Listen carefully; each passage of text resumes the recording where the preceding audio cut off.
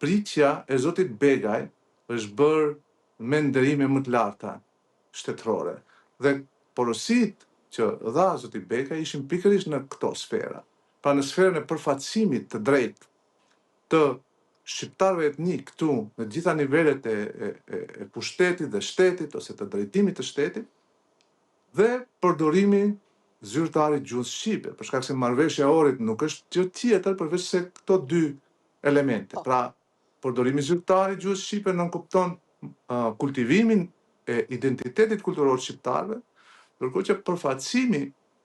i denjë në institucione, pra nga presidenca, qeveria e më poshtë, nënkupton atë që e tha dhe vetë presidenti Begaj, elementin e shtetërformësisë së shqiptarëve në Maqedoninë e Veriut. Pra shqiptarët ka një tendencë nga, e përmende edhe ti se ka një tendencë nga qeveria aktuale, por edhe nga establishmenti aktual politik që Maqedonia e Veriut të prezentohet, por edhe të perceptohet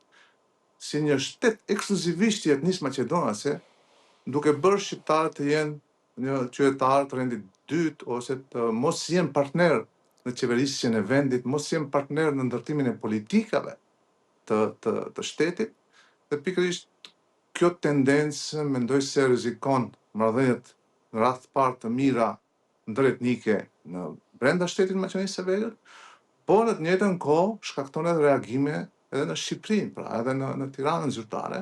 gjë që i pam sot edhe me deklaratat e zotit Begaj gjatë takimit me homologen e tij, zonjën Dafkova. Po mendoj se do të ishte utopike ose jo demokratike nëse i gjithë faktori shqiptar do të bashkohej rreth një force politike. Pra, shqiptarët kanë nevojë këtu për së paku dy forca politike,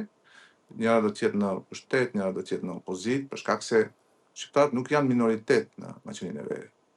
Ata përbëjnë një tretën e popullsisë këtu. Dhe si të tillë nuk kanë nevojë të unifikohen për të mbrojtur ose të avancuar të drejtat e tyre. E vetëm një gjë që duhet të bëhet te partitë politike shqiptare është të konsolidohen në radhë të parë, ashtu siç duhet, jo vetëm në aspektin kadrovik, por edhe në aspektin programor dhe ideologjik. Pra kjo është çështja e parë, ndërkohë që çështja e dytë është të bëhet me dije